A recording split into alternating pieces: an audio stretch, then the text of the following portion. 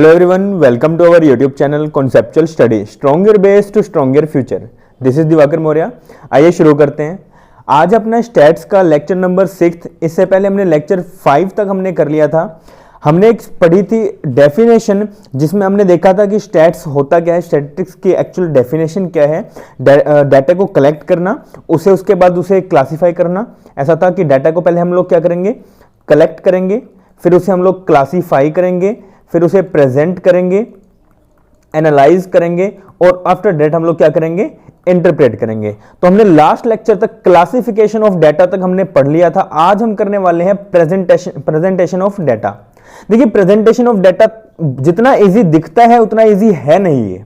ठीक है, मैं फिर से कहूंगा आपको, जितना भी इजी दिख रहा है प्रेजेंटेशन ऑफ डाटा उतना इजी है नहीं है। इसमें हमको बार ग्राफ होंगे, चार्ट्स होंगे, हमको यहीं से क्वेश्चन पूछे जाते हैं और बड़े बारीकी से क्वेश्चन पूछे जाते हैं। तो थोड़ा सा ध्यान से पढ़िएगा, हर एक चीज में डिफरेंस थोड़ा क्रिएट करके उसको देखिएगा, ताकि चीजें आपकी क्लियर हो जाएं और एग्जाम में क्वेश्चन गलत ना हो। ठीक है, क्योंकि क्वेश्चन देखो आएगा, लेकिन वहां पे कोई भी ऐसा कोई क्वेश्चन अटक जाए और वहां पे मतलब गलत हो जाए तो वो फिर गलत, मतलब बहुत बुरी चीज है ना वो आपके लिए, है ना। तो इसलिए थोड़ा सा बारीकी समझिएगा, अपनी कॉपी पेन लेके बैठना, थोड़े डायग्राम्स हैं, थोड़ी सी जो चीजें हैं क्लियर करने वाली चीजें हैं वो आप साथ साथ लिखते रहिएगा। ठीक है जी, चलिए स्टार्ट करते हैं। स्टार्ट करने से पहले एक छोटी सी रिक्वेस्ट ये है कि अभी तक चैनल को आपने सब्सक्राइब नहीं किया है तो चैनल को सब्सक्राइब कर लीजिएगा, साथ ही साथ लगे बेल आइकन को जरूर दबाइएगा, ताकि कोई भी वीडियो आए तो आपको नोटिफिकेशन सबसे पहले मिल पाए। ठीक है, और टेलीग्राम पर एक ग्रुप है, उसे आप जाके ज्वाइन कर सकते हैं, कॉन्सेप्चुअल स्टडी के नेम से है। इस तरह का लोगो आपको देखने को वहां पर मिल जाएगा। चलिए स्टार्ट करते हैं। Chapter number 4, presentation of data. देखिए, हमने देखा कि क्या होता है, अपने पास सबसे पहले कलेक्शन ऑफ डाटा होता है, कलेक्शन ऑफ डाटा। अब कलेक्शन ऑफ डाटा किस तरह से कर सकते हैं हम लोग, दो तरीके से कर सकते हैं। पहला है कि हमारे पास प्राइमरी सोर्स, दूसरा क्या है, सेकेंडरी सोर्स।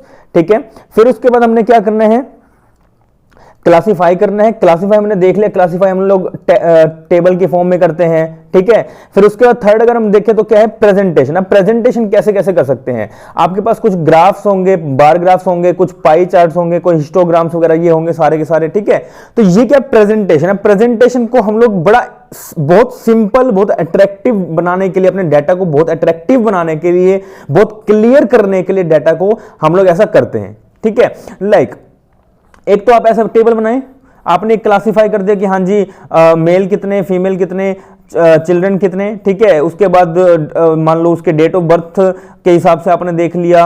ठीक है, या फिर उसकी एज के हिसाब से देख लिया, उसके ब्लड ग्रुप के हिसाब से देख लिया।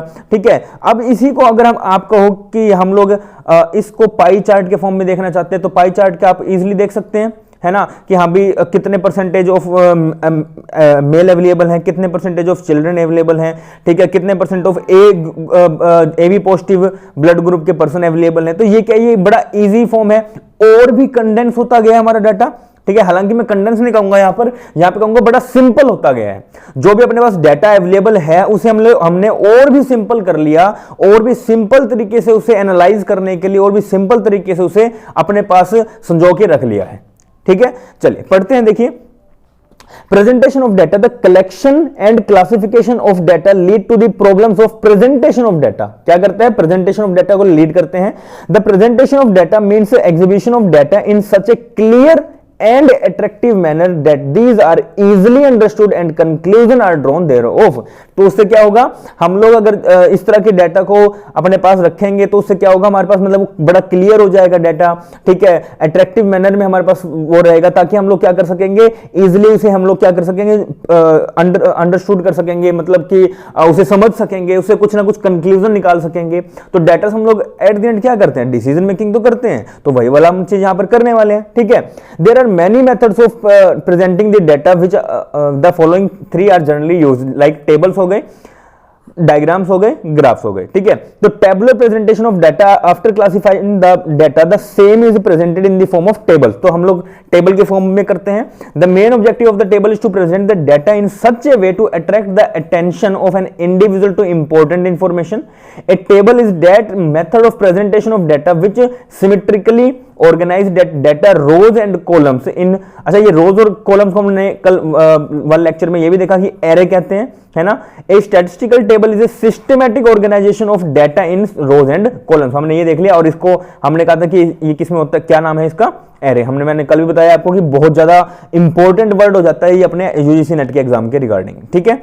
चलिए, ऑब्जेक्टिव क्या है टेबुलेशन के, अगर हम टेबल फॉर्म में अपने डाटा को प्रेजेंट करते हैं तो उसके कुछ ऑब्जेक्टिव्स हैं। क्या क्या है, पहली बात तो वो सिंपल होगा, the principal objective of tabulation is to organize the data in such a manner that these become simple to understand. क्या होगा, ताकि हम लोग सिंपल टू अंडरस्टैंड, मतलब बहुत सिंपल हो सके हमारे लिए अंडरस्टैंड करना, ठीक है, ऑब्जेक्टिव है इसका।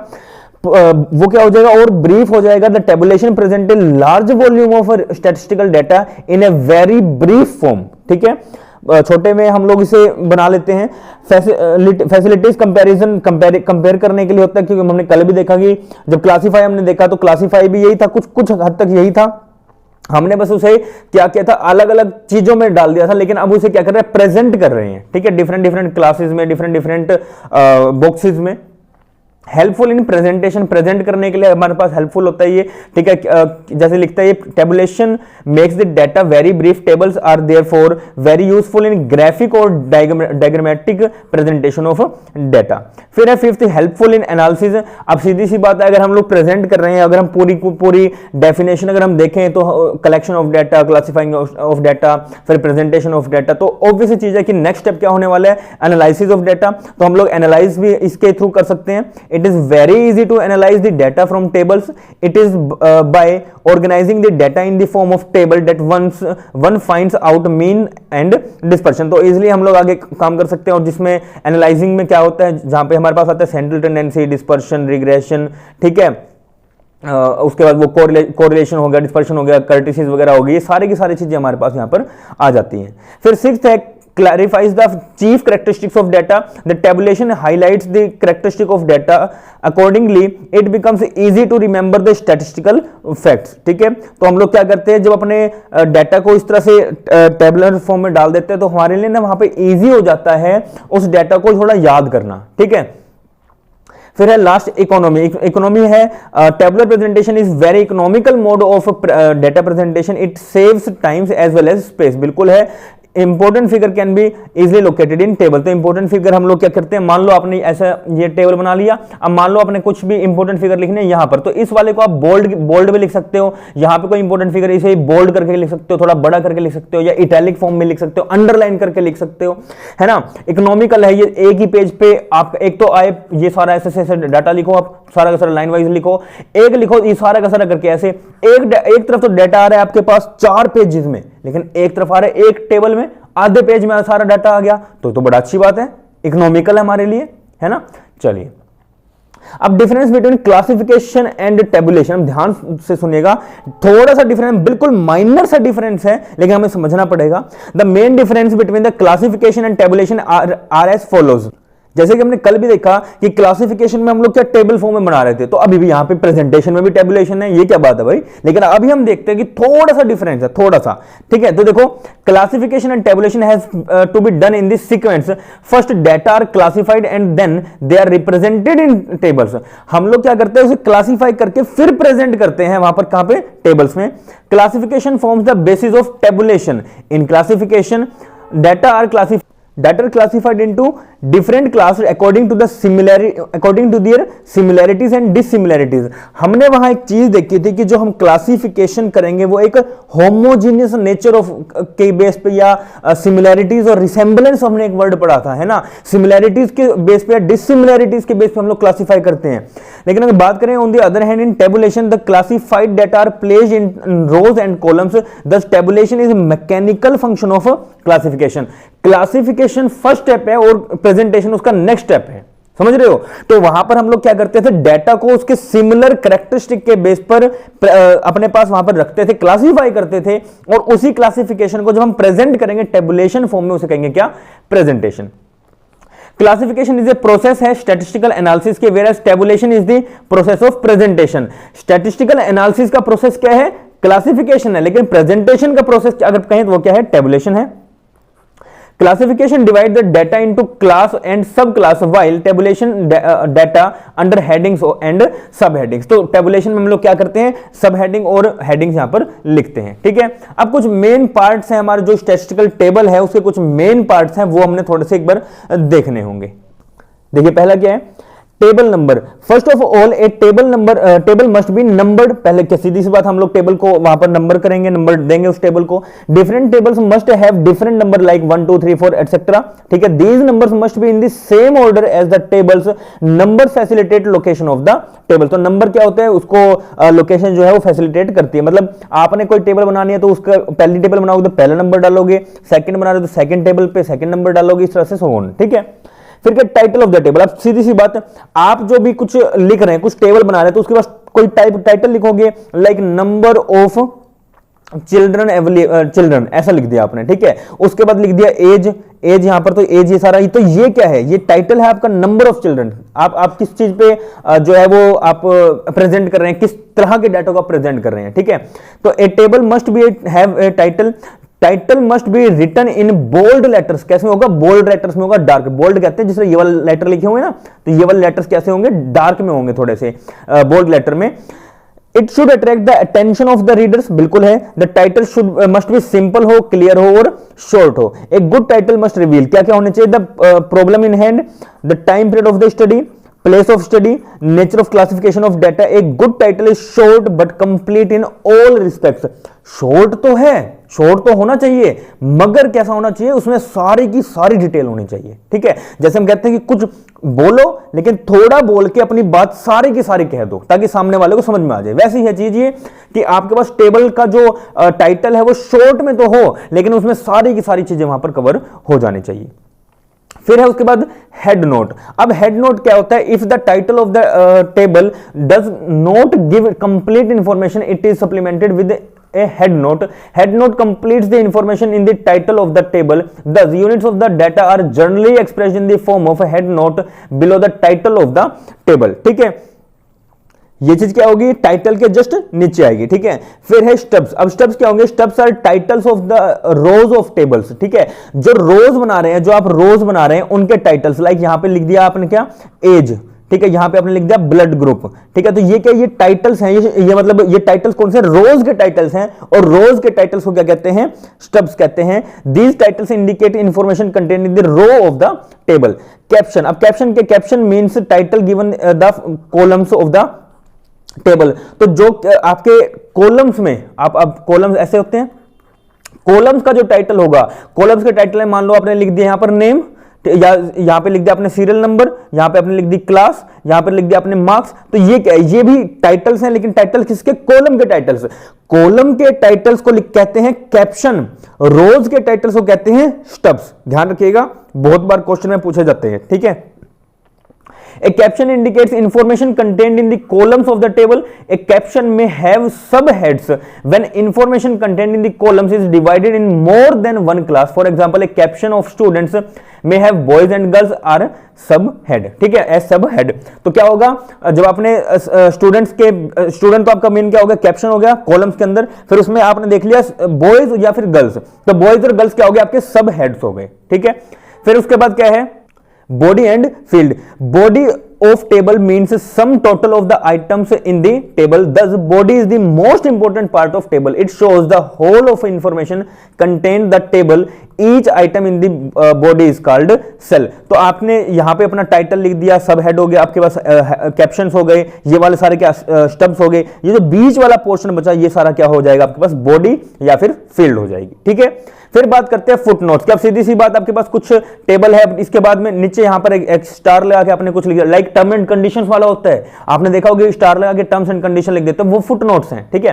तो foot notes are given for clarification of the reader. These are generally given when information in the table is not self explanatory, ठीक है। फिर क्या है source, when table are based on secondary data. अब देखो हमने देखा था कि डाटा क्या है, दो तरीके से हो सकता है, पहला क्या होगा प्राइमरी डाटा और दूसरा क्या होगा सेकेंडरी डाटा। तो सेकेंडरी डाटा जब भी हम यूज करते हैं तो हमें सोर्स बताना पड़ता है कि हमने कहां से लिया है, ठीक है। तो when table are based on the secondary data, source of the data is to be given, source of data is specified below the footnote, it should give name of the publication and publisher, year of publication, reference, page number etcetera. तो ये सारे के सारे हमने वहां पर चीजें देनी होती है, ठीक है। चलिए आगे बढ़ते हैं। अब देखिए अब थोड़ा सा इंपॉर्टेंट है, थोड़ा सा हमें हट के देखना पड़ेगा, आपको चीजें थोड़ी सी इसमें नोट आउट करनी पड़ेगी, तो बारीकी सा बिल्कुल बारीक बारीक फर्क है यहां पर, ठीक है। चलो टाइप्स ऑफ डायग्राम देखो, पहला क्या है बार डायग्राम। बार डायग्राम क्या होता है, जहां पे हमारे पास कुछ बार्स के फॉर्म में हम लोग जब डायग्राम्स बनाते हैं, बार के फॉर्म में जब हम लोग यहां पे कुछ प्रेजेंट करते हैं, उन्हें कहते हैं क्या, बार डायग्राम। तो बार डायग्राम में हमारे पास अलग अलग तरीके के हैं। बार डायग्राम में पहला हमारे पास जो आता है वो क्या है, सिंपल बार डायग्राम। अब सिंपल बार डायग्राम क्या होता है, देखो जैसे ये कैटेगरी 1 दे रखे, मान लो यहां पे दे रखे है क्या, इंडिया, ठीक है। यहां दिया हुआ है यूएसए, यहां दिया हुआ है चाइना और यहां दिया हुआ है जापान, ठीक है। जापान, अब यहां पे दे रखा है कि इनकी क्या है पॉपुलेशन कितनी कितनी है। तो यहां मान लो पॉपुलेशन दे रखी है कि जी यहां पे 4 करोड़ है, ठीक है, यहां पे 4.5 करोड़, यहां 5 करोड़, इस तरह कितनी कितनी पॉपुलेशन है, मान लो ऐसा दिया हुआ है, ठीक है। तो क्या हुआ, ये सिंपल फॉर्म है, ये एक ही लाइन में सब कुछ डिफाइन है कि हाँ जी इंडिया की पॉपुलेशन कितनी है, लगभग 4.3 करोड़ ऐसा मान लो दिया हुआ है, ठीक है। और यूएसए की अगर हम लोग देखें तो कितनी है, 2.5 करोड़ पॉपुलेशन है। तो ये क्या है, हालांकि नहीं है इतनी ज्यादा है, लेकिन मैं एक जस्ट एग्जांपल ले रहा हूं, ठीक है। तो सिंपल बार डायग्राम में क्या होगा, सिर्फ एक बार होगा आपके पास, उसके थ्रू जब आप प्रेजेंट करेंगे उसे क्या कहते हैं, सिंपल बार डायग्राम कहते हैं। फिर बात करते हैं मल्टीपल बार डायग्राम की। मल्टीपल बार डायग्राम कैसे होते हैं, लाइक एक ही चीज पे मतलब एक ही चीज पड़ी है आपके पास, लेकिन उसी को आपने क्या करा है, अलग अलग तरीकों से शो कर दिया, थोड़ा सा उसमें और डिफाइन कर दिया आपने चीजों को। मान लो ऐसा होता है कि आपको ये दे दिया कि जी आपके मार्क्स कितने कितने, आपके 3 सब्जेक्ट थे, आपके थे एक तो इकोनॉमिक्स, ठीक है, एक थी आपके पास मैथ्स और एक थी आपके पास हिंदी, ऐसा लगा लो, कोई भी 3 सब्जेक्ट लेने अपन है, ठीक है।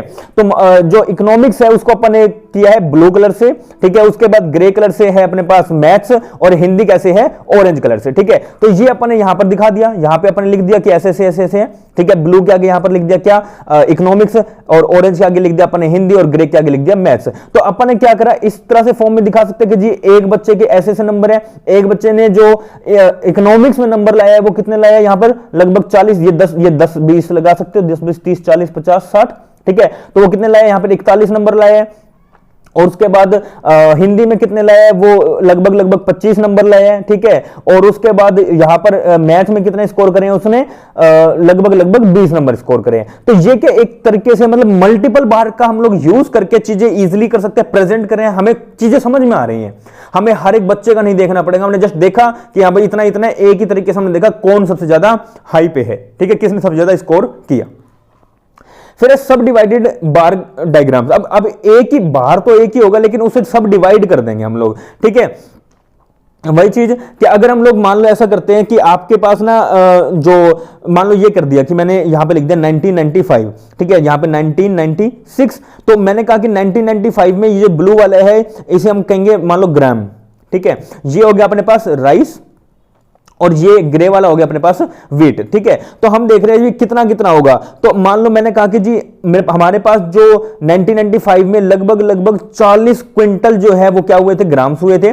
उसके बाद अगर हम देखें तो 40 से लेकर 60 क्विंटल मतलब 20 जो क्विंटल है वो राइस हुआ, ठीक है, चावल हुआ। और उसके बाद 60 से लेकर 80 क्विंटल तक मतलब 20 क्विंटल तक हमारे पास वीट हुआ। तो 1995 में ऐसा था, 1996 में ऐसा, 97 में ऐसा और 98 में ऐसा, 98 तक हमने यहां पर लिया। तो 4 साल में हमने इजीली कंपेयर भी कर सकते हैं।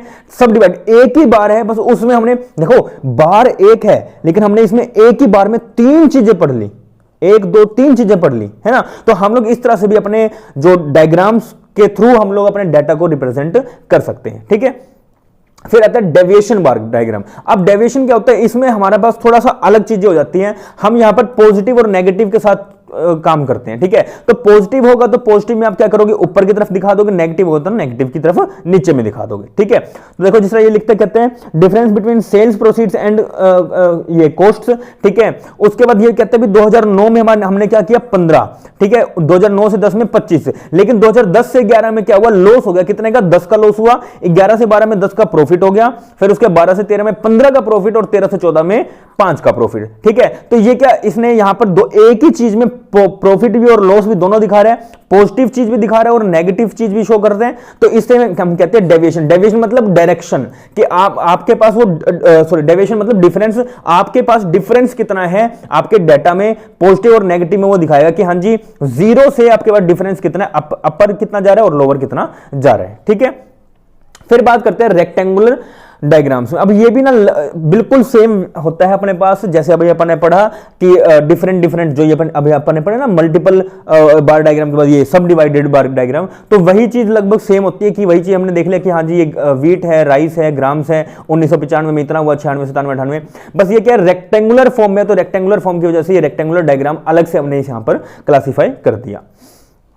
फिर आता है पाई डायग्राम या पाई चार्ट। हमने यहां पे क्या करना होता है, लाइक ये लिख दिया फर्स्ट क्वार्टर, भाई साल में फर्स्ट क्वार्टर में हम लोगों ने इतना प्रॉफिट कमाया, कितना प्रॉफिट, ये इतना सारा प्रॉफिट कमाया, ठीक है। फिर हमने कहा कि सेकंड क्वार्टर में हमने इतना सारा प्रॉफिट कमाया, थर्ड क्वार्टर में हमने इतना सारा प्रॉफिट कमाया और फोर्थ क्वार्टर में हमने इतना सा प्रॉफिट कमाया। तो ये क्या हम लोग इजीली देख सकते हैं, एक तो लिखेगी जी फर्स्ट क्वार्टर में इतना हमने यहां से कमाया, इतना हमने यहां से कमाया, इतना, एक हमने सीधा ये करा, एक तो अट्रैक्टिव है ना, हमको इजीली क्लियर हो जाएगा, हमने देखते पता लग गया। यहां पे बड़ा बड़ा मैं अगर ये सारा का सारा मतलब ये डायग्राम ऐसा ना करके सिंपल लिख दूं कि हाँ जी देखो ये है 70%, ठीक है, ये है अपने पास 20%, ये है अपने पास 5% और ये है अपने पास 5%, ठीक है। तो मैंने ऐसे करते तो मैं इजीली देख सकता हूं कि 70% प्रॉफिट मैंने कब कमा लिया, फर्स्ट क्वार्टर में कमा लिया, इजीली देखा और खत्म हो गया, तो बड़ा इजी हो जाएगा, ठीक है। फिर है पिक्टोग्राम्स और कैटोग्राम्स, बहुत important, most important topics, most important, बहुत बार क्वेश्चन पूछ जाते हैं और बच्चे इन दोनों में कंफ्यूज रहते हैं, तो ध्यान रखना।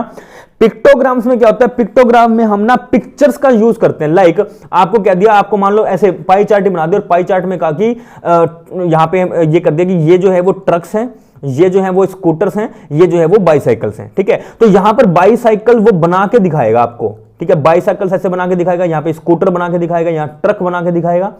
तो जब हम पिक्चर्स का यूज करके अपने अपने जो डायग्राम्स हैं उनको उनमें रिप्रेजेंट करते हैं, अपने डाटा को रिप्रेजेंट करते हैं, तो उसे क्या कहते हैं, पिक्टोग्राम्स कहते हैं। लाइक ये एक्सपोजर का है, एक्सप्लोजिव और कुछ ब्लास्ट हो रहा है, ठीक है। ये क्या है, कंप्रेस्ड गैस का निशान हो गया, ठीक है, हार्मनेस का हो गया, ये फायर का हो गया कि हाँ भी ऐसे से है, मतलब ये मेनली आप देखो तो केमिस्ट्री लैब्स में आपको ये देखने को मिलते हैं, ठीक है।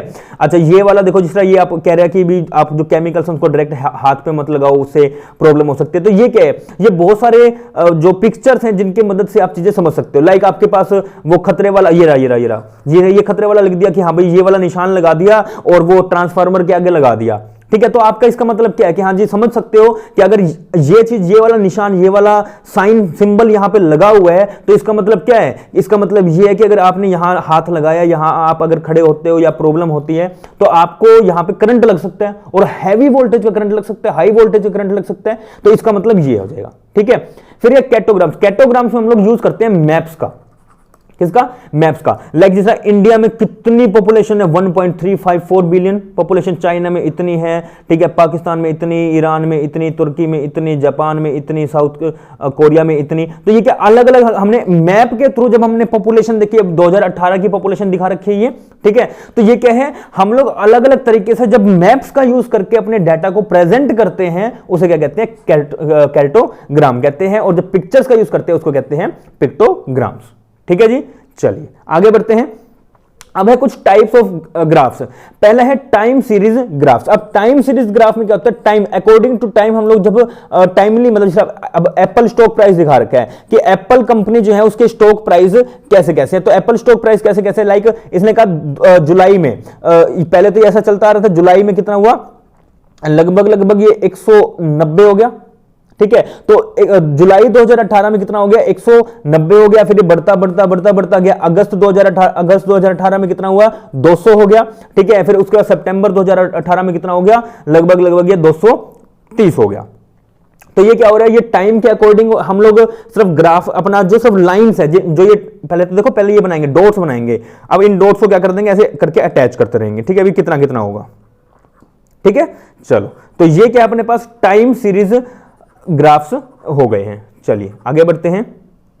अच्छा एक और होता है इसके बाद टाइम सीरीज ग्राफ ऑफ 2 और मोर वेरिएबल। अभी तो ये क्या हुआ, सिर्फ और सिर्फ एक वेरिएबल, वन वेरिएबल की बात कर रहे हैं ना, लेकिन हम कहेंगे 2 वेरिएबल्स, तो क्या हो गया, मान लो ये तो बात कर रहे हैं किसकी, क्लोजिंग प्राइस की, ठीक है, और हम बात करें अगर ओपनिंग प्राइस की, तो ओपनिंग प्राइस कैसे हुआ, ऐसे हुआ, ये स्टॉक्स की बात कर रहा था, हमने देखा ओपनिंग प्राइस ऐसे ऐसे ऐसे ऐसे ऐसे हो रहा, ठीक है, तो ओपनिंग प्राइस ऐसा चल रहा है, उसके बाद हम लोग या फिर कहेंगे कॉस्ट है कैसे चल रही है, ठीक है, या फिर हम लोग ऐसा देख लें कि अपने जो एक्सपोर्ट हो रहे हैं, एक्सपोर्ट कैसे कैसे हो रहे हैं, ऐसे ऐसे ऐसे हो रहे हैं, ठीक है, इस ईयर में इतने, इस ईयर में इतने, इस ईयर में इतने, इस ईयर में इतने, ठीक है, और अगर हम लोग कहेंगे इंपोर्ट, इंपोर्ट जी ऐसे ऐसे ऐसे हो रहे हैं, ठीक है, इंपोर्ट जो इसके साथ टाइम के साथ साथ इंपोर्ट हमारे कम हो जा रहे हैं, एक्सपोर्ट हमारे बढ़ रहे हैं, तो हम लोग क्या करें, 2 वेरिएबल्स का हम लोग यहां पर स्टडी कर रहे हैं, टाइम के लिए, हम टाइम के अकॉर्डिंग हम लोग यहां पर स्टडी कर रहे हैं, इसे कहते हैं क्या, time series graph of 2 variables, ठीक है। अच्छा इसके बाद अगर हम देखें तो एक चीज और आती है रेंज ग्राफ। रेंज ग्राफ में क्या होता है, आपको रेंज दे देगा कि हाँ जी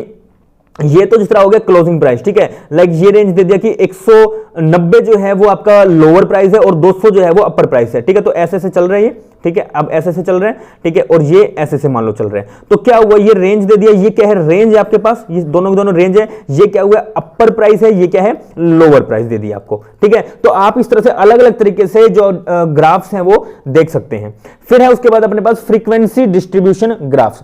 अब यहां पे थोड़ा सा और आपको देखने की जरूरत रहेगी, ठीक है, देखो हिस्टोग्राम में क्या होगा, एक तो होता है इक्वल क्लासिफिकेशन, इक्वल इंटरवल के बेस पे, और एक बार होती है अनइक्वल, ठीक है। इक्वल तो वही हुआ कि हाँ भाई 5 से 10 का हो गया, तो ये लगा लो कि ये 5-5 का 5-5 का बनाते चलेंगे, 5-5 का बनाते चलेंगे ऐसे, ठीक है, ये 5-5 का डिफरेंस है सारा। लेकिन अनइक्वल में क्या होगा, अनइक्वल में मान लो यहां पे हुआ 5 का डिफरेंस, यहां हुआ 10 का डिफरेंस, यहां होगा 25 का डिफरेंस, यहां पे हो गया 2 का डिफरेंस हो सकता है, तो ये अनइक्वल में, ठीक है। तो होता क्या, जस्ट जब वहां बार में तो क्या था, बार में तो अलग अलग तरीके से ऐसे बार बने थे जिसमें डिफरेंस था, इन दोनों में देखो डिफरेंस है, इन दोनों में डिफरेंस, लेकिन जब डिफरेंस खत्म कर देंगे और एक दूसरे के साथ जब ये चीजें टच हो जाती हैं, उसे क्या कहते हैं, हिस्टोग्राम कहते हैं, ठीक है। तो ये 5 तक है, ये 11 तक है, ये उसके बाद 23 लगा लो, ठीक है, ये 24 है, ये अपने पास 9 है, ये अपने पास क्या है 3 है। तो ये क्या है, इस तरह से आप चीजों को कर सकते हो, तो मतलब आप अपने डाटा को हिस्टोग्राम के फॉर्म में भी लगा सकते हो। फिर है फ्रीक्वेंसी पॉलीगॉन। फ्रीक्वेंसी पॉलीगॉन क्या है, एक नेक्स्ट या कह लो अपग्रेड लेवल है किसका, हिस्टोग्राम का। हिस्टोग्राम हमने जस्ट बनाना है, जैसे हमने बनाया वैसे ही हिस्टोग्राम बनाना है, बस करना क्या है, जो उसकी मिडल वैल्यूज हैं, मिडल वैल्यूज आपने पहले देखनी है, उन मिडल वैल्यूज पे आपने क्या करना है, एक स्केल के थ्रू, ध्यान सुनिएगा, स्केल के थ्रू आपने क्या करना है, लाइन मारनी है, ठीक है। तो ये लाइन मारी हुई है मैंने, देखो ये ब्लैक वाली ऐसे करके स्केल के थ्रू मारी हुई है। लेकिन अगर मैं इसे फ्री हैंड मार दूंगा, फ्री हैंड बिना विदाउट एनी स्केल, तो उसे क्या कहूंगा मैं, फ्रीक्वेंसी कर्व कहूंगा। लाइक पहले वाली तो स्केल से मारी मैंने, उसके बाद मैं ये ऐसे करके ऐसे मार दूं, अब ये मेरी थोड़ी बहुत टेढ़ी भी हो सकती है, ठीक है, ठीक है, तो टेढ़ी मेढ़ी भी हो सकता है, तो ये कैसा है, फ्री हैंड। तो जब आप फ्री हैंड मिड पॉइंट्स को टच करोगे तो उसे क्या कहेंगे, फ्रीक्वेंसी कर्व कहेंगे। तो ध्यान रखिएगा, फ्रीक्वेंसी पॉलीगॉन होता है जब आप स्केल के थ्रू लाइंस को, मिड पॉइंट्स को टच करते हैं, और फ्रीक्वेंसी कर्व होता है जब आप फ्री हैंड उन लाइंस को टच करते हैं, उसे कहते हैं, ठीक है। चलिए उसके बाद आता है क्यूमुलेटिव कर्व। क्यूमुलेटिव कर्व और ogive. Ogive is a most important term जो आपसे बहुत बार एग्जाम में पूछी गई, बहुत बार, ठीक है। तो वो सीधा पूछता है कि क्यूमुलेटिव फ्रीक्वेंसी कर्व में हम लोग किस चीज का यूज करते हैं, तो डायरेक्ट क्वेश्चन आएगा इसका यहां पर ओगिव। तो क्यूमुलेटिव फ्रीक्वेंसी याद रखना, क्यूमुलेटिव फ्रीक्वेंसी होती क्या, हमने कल भी देखा था कि उसमें हम माइनस करते हुए चलते हैं और इंडिविजुअल क्लास की जो फ्रीक्वेंसी है वो निकालते चलते हैं। तो यहां पे आती है अपने पास 2, एक तो होती है लेस देन, एक होते हैं मोर देन। हमने देखा था कल भी कि एक तो होता है लेस देन 10, एक होता है मोर देन 10, मोर देन 10, ठीक है। तो लेस देन 10 मतलब 0 से लेकर 10, और मोर देन 10 मतलब 10 से लेकर 20। तो एक क्लास हम लोग यहां पर बना देते हैं, ठीक है। अच्छा अब यहां पर ना 2 तरह के हैं, लेस देन और मोर देन। जब लेस देन होगा तो आपका ग्राफ बनेगा ऐसे, जब मोर देन होगा तो आपका ग्राफ बनेगा ऐसे। तो ये कैसा है, ये मोर देन ओगिव है, और ये कैसा है, लेस देन ओगिव है, ठीक है। तो ये क्या है, मान लो मैंने लिख दिया लेस देन 10, लेस देन 20, तो ये क्या है, लेस देन 10, 20, 30, 40, 50, 60 ऐसे करके ये ग्राफ बन रहा है। लेकिन अगर मैंने लिख दिया मोर देन, तो मोर देन में कैसे, ऐसे ऐसे बनेगा, ठीक है। तो ये आपके पास क्या है, मोर देन ओगिव, और दूसरा पहले वाला क्या कौन सा है, लेस देन ओगिव है। ठीक है, चलिए मिलते हैं नेक्स्ट लेक्चर में। कैसी लगी वीडियो प्लीज कमेंट करके जरूर बताइएगा। ठीक है, स्टैटिस्टिक्स के पूरे नोट्स आपके पास डिटेल्ड नोट्स अवेलेबल हैं, आप देख सकते हैं किस तरह के नोट्स बने हुए हैं। ठीक है, कितने अच्छे नोट्स हैं, कितने जो है वो समराइज नोट्स हैं। ठीक है, तो अगर आप इन्हें परचेज करना चाहते हैं तो मेल आईडी हमारे पास conceptual study 1211@gmail.com, तो इस पे आप मुझे मेल कर सकते हैं इस परचेज करने के लिए। ठीक है, चलिए आज के लिए सिर्फ इतना ही, मिलते हैं नेक्स्ट लेक्चर में। प्लीज जो भी क्वेरी है वो कमेंट में जरूर पूछ लेगा, आपको जवाब जरूर मिलेगा। ठीक है, चलिए थैंक यू वेरी मच।